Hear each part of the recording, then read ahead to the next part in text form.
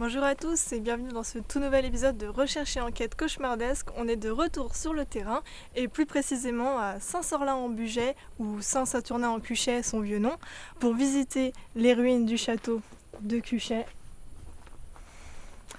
Il reste vraiment pas grand chose, mais en attendant, il paraît que c'est hanté, donc on va aller voir ça.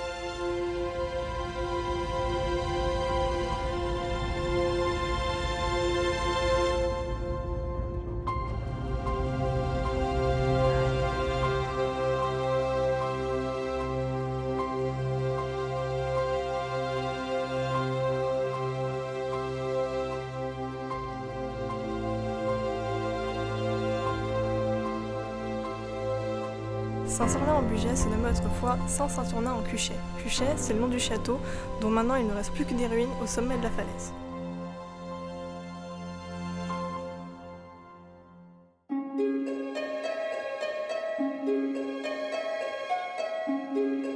Saint-Sorlin-en-Bugey est surnommé le village des roses de par ses nombreux rosiers qui embellissent ses ruelles. Hélas, à cette saison, il n'y a pas beaucoup de roses.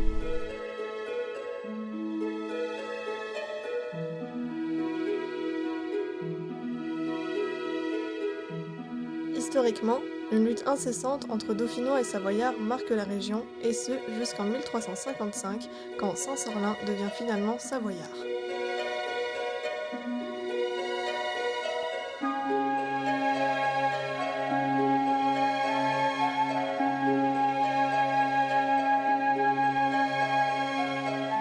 Nous sommes juste à côté du lavoir de la Raymond, mais ce n'est pas le lavoir ici qui nous intéresse, mais le banc juste derrière moi.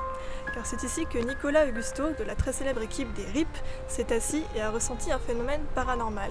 C'est-à-dire qu'il y a quelques années, il s'est assis ici et il a senti une main humide lui prendre sa propre main. Il est revenu quelques années après avec Mariana, également de l'équipe RIP, pour voir s'il pouvait à nouveau ressentir un phénomène paranormal, ici à Saint-Sorlin-en-Bugey. Entre ces rosiers, ces vieilles bâtisses, ces jolies petites ruelles, ces 4 lavoirs classés monuments historiques et sa fresque Saint-Christophe, Saint-Sorlin est un village plein de charme. Mais la nuit, c'est une toute autre histoire. Durant l'année 1349, les récoltes furent très mauvaises dans la région, et les habitants de Saint-Sorlin accusèrent les Juifs de ce fléau que fut la famine. Ce qui donna lieu à un terrible massacre. Les corps des Juifs, persécutés et tués, restèrent longuement sans sépulture, ce qui provoqua une épidémie de fièvre, qui toucha une grande partie des habitants, et notamment un couple de jeunes mariés de la bourgeoisie de Saint-Sorlin, Gibert et Lyonnette Maréchal, qui perdirent leur fils nouveau-né. Un peu plus tard, Gibert fut également emporté par la maladie, laissant ainsi Lyonnette, seule, sombrer dans la folie. Selon la légende, depuis la mort de Lyonnette Maréchal, nous pouvons voir son esprit errer dans les ruines du château de Cuchet. On raconte que la nuit, une forme diaphane apparaît, vêtue de la robe de ses noces et portant dans ses bras un couffin vide.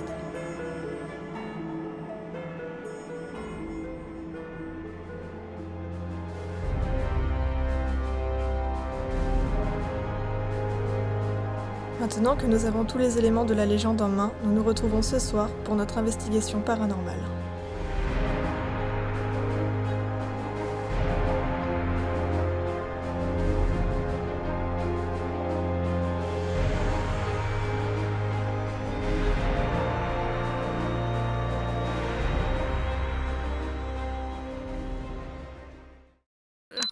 C'est bon. J'ai riqué. Dans un premier temps, nous menons notre enquête près du banc où Nicolas Augusto est également passé. Bien que la légende n'en fasse pas mention, nous voulons vérifier si nous pouvons nous aussi ressentir un quelconque phénomène paranormal. Donc, nous revoilà au lavoir de nuit. Avec le banc où Nicolas Augusto a ressenti une main mouillée sur sa propre main.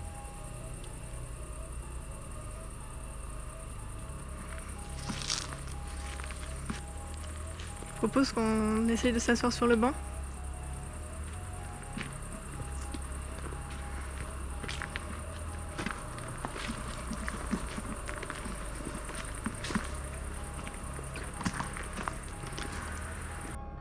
La nuit est calme. Quelques voitures passent, parfois, sur la route, un peu plus loin.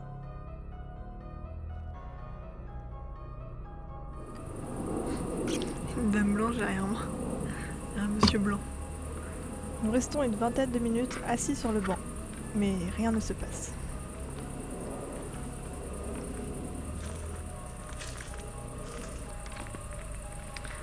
Est-ce que quelqu'un est avec nous ce soir ?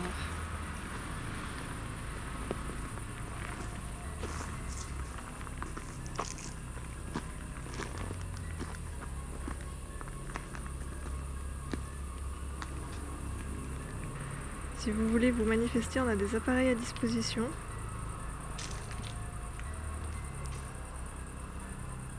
Il suffit de vous approcher de nos appareils.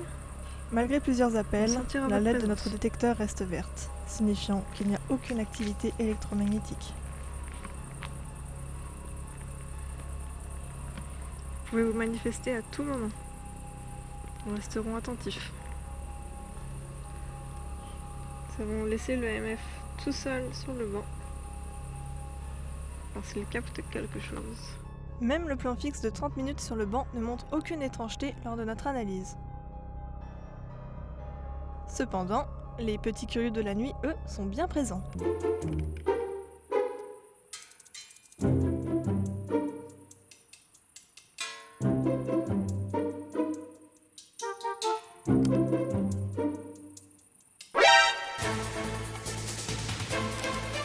Bon, alors on est resté un moment ici, on s'est assis sur le banc un bon moment, on a fait notre plan fixe et c'est rien passé de spécial. Du coup maintenant on va aller aux ruines.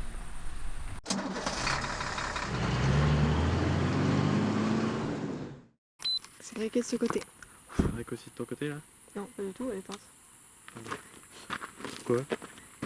Pourquoi elle est éteinte? On dit attention. Oh putain, c'est le même problème que JD.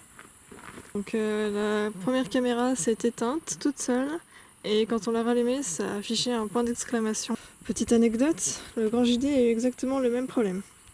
Et depuis qu'on est là, le MF s'est mis sur la 3e LED 2 fois déjà. Voilà. Nos téléphones sont coupés. Ok, ça tourne. Je vais surveiller qu'elle ne s'éteigne pas. Hein. Oui.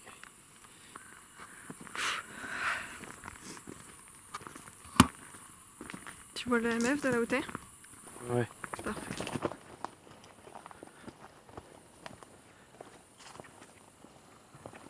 Les caméras tournent et nous nous enfonçons dans la forêt en direction des ruines du château de Cuchet. J'ai toujours eu peur de la forêt de nuit.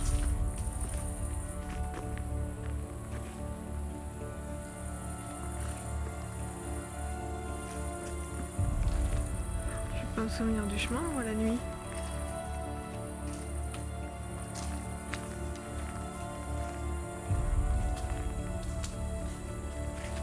On avait continué par là? Mais non, on n'était pas remonté.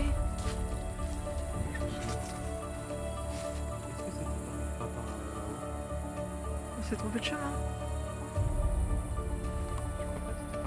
Non, on n'a pas monté comme ça. Attends. Ça commence bien, on trouve déjà pas le chemin.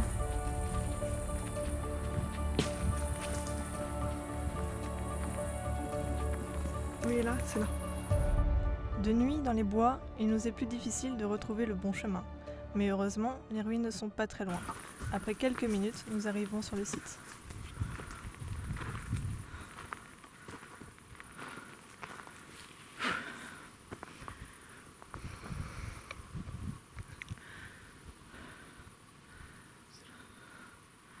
Bon, déjà on peut être un petit peu rassuré parce qu'il n'y a pas de squatteurs. C'était un peu notre crainte ce soir parce que en venant de jour on avait vu des bouteilles, notamment une bouteille d'une marque d'alcool dont on ne citera pas le nom, mais il n'y a personne.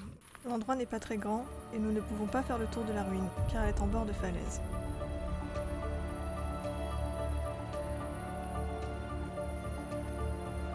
Donc le château de Cuchet, c'est un ancien château fort qui a été construit au XIIIe siècle et qui a été passé de seigneurie en seigneurie jusqu'au jour où il a été abandonné. Et c'est pour ça que maintenant il ne reste plus que quelques ruines. Quand on est en bas à Saint-Sorlin, on les voit sur le flanc de la falaise. Il y a vraiment tout un mur et c'est ce qu'on voit juste là derrière nous, les ruines avec ces deux portes. Comme vous le voyez, il reste vraiment pas grand chose du château. Du coup, il n'y a pas beaucoup de choses à filmer. On va vraiment rester statique sur ce point. Et on verra.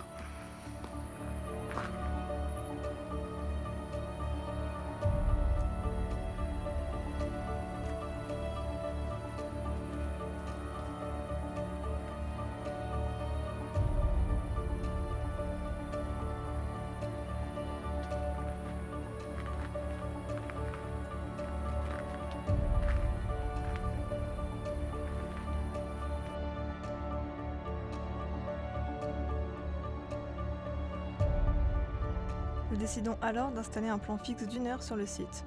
Nous nous éloignons, mais à notre retour... Bon bah maintenant c'est la caméra de Seb qui s'est éteinte. Après la mienne, la sienne. Notre caméra s'est éteinte au bout de 5 minutes d'enregistrement. La batterie était pleine et il restait de la place sur les cartes mémoire. Nous ne savons pas pourquoi ces problèmes sont apparus. Et les 5 minutes de plan fixe ne nous en apprennent pas davantage. On aperçoit une petite lueur qui bouge au centre, mais cela semble être les phares d'une voiture en déplacement. Qu'en pensez-vous ? N'hésitez pas à réagir en commentaire.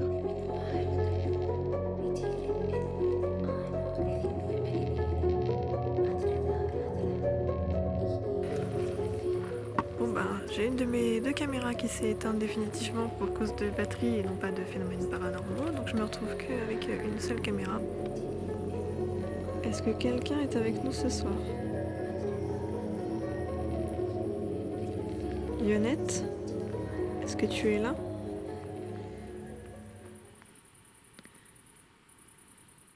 Les batteries sont vides, il ne nous reste qu'une seule caméra. L'investigation se complique davantage. Nous prenons donc la décision de rentrer.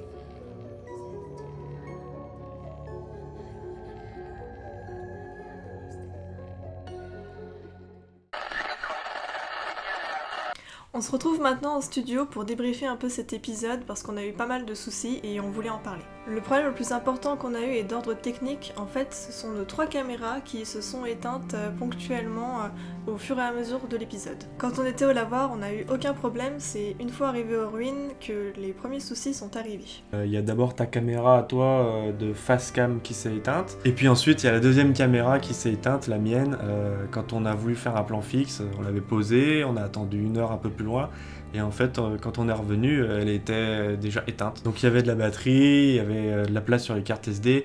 Je sais pas trop ce qui s'est passé et on voit difficilement sur les roches quelque chose qui aurait pu éteindre la caméra. Donc une fois que la caméra de Seb s'est éteinte, on s'est retrouvé avec plus que mes 2 caméras. Donc là, je t'en ai passé une pour que tu puisses continuer à filmer avec moi.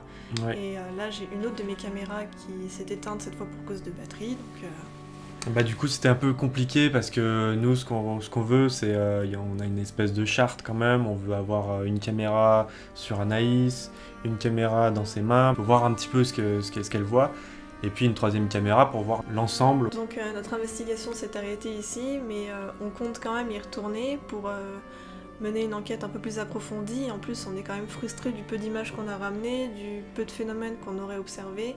On n'a pas beaucoup de rush, du moins pas assez à notre goût. Du coup, on pense vraiment y retourner incessamment sous peu. Pourquoi on a sorti cette vidéo ? Bah tout simplement parce qu'il y a quand même eu des recherches, il y a eu du travail de fait derrière. Anaïs a passé pas mal de temps à rechercher la légende, tout ce qui se passait sur Saint-Sorlin. De mon côté, j'ai passé du temps dans le montage derrière, donc on a voulu sortir cette vidéo quand même. Mais ne vous inquiétez pas, on y retournera pour éclaircir un peu tout ça. Malgré tout, on a quand même une petite chose à vous montrer qui s'est passé lors du tournage. Donc en parcourant et en analysant les roches, je suis tombé sur un petit bruit, celui-ci. Plusieurs choses bizarres dans ce bled.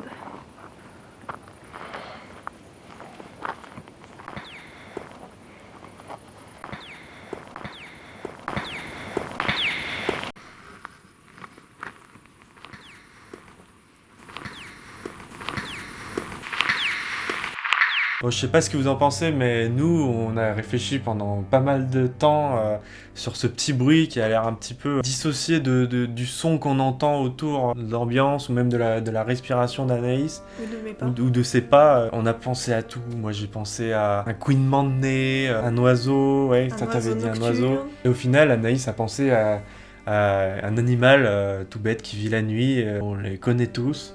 La chauve-souris. Voilà, la chauve-souris. Alors si on compare le bruit qu'on a entendu avec un bruit de chauve-souris, ça donne ça.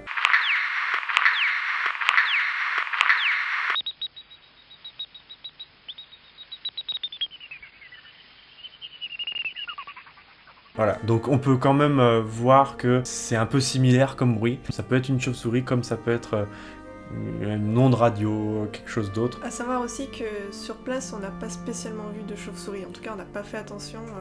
Visuellement, on n'en a pas filmé, on n'en a pas vu.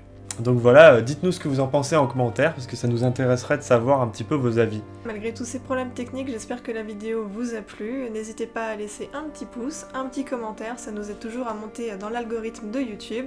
Et puis on se retrouve très vite pour de nouvelles aventures. À bientôt. Ciao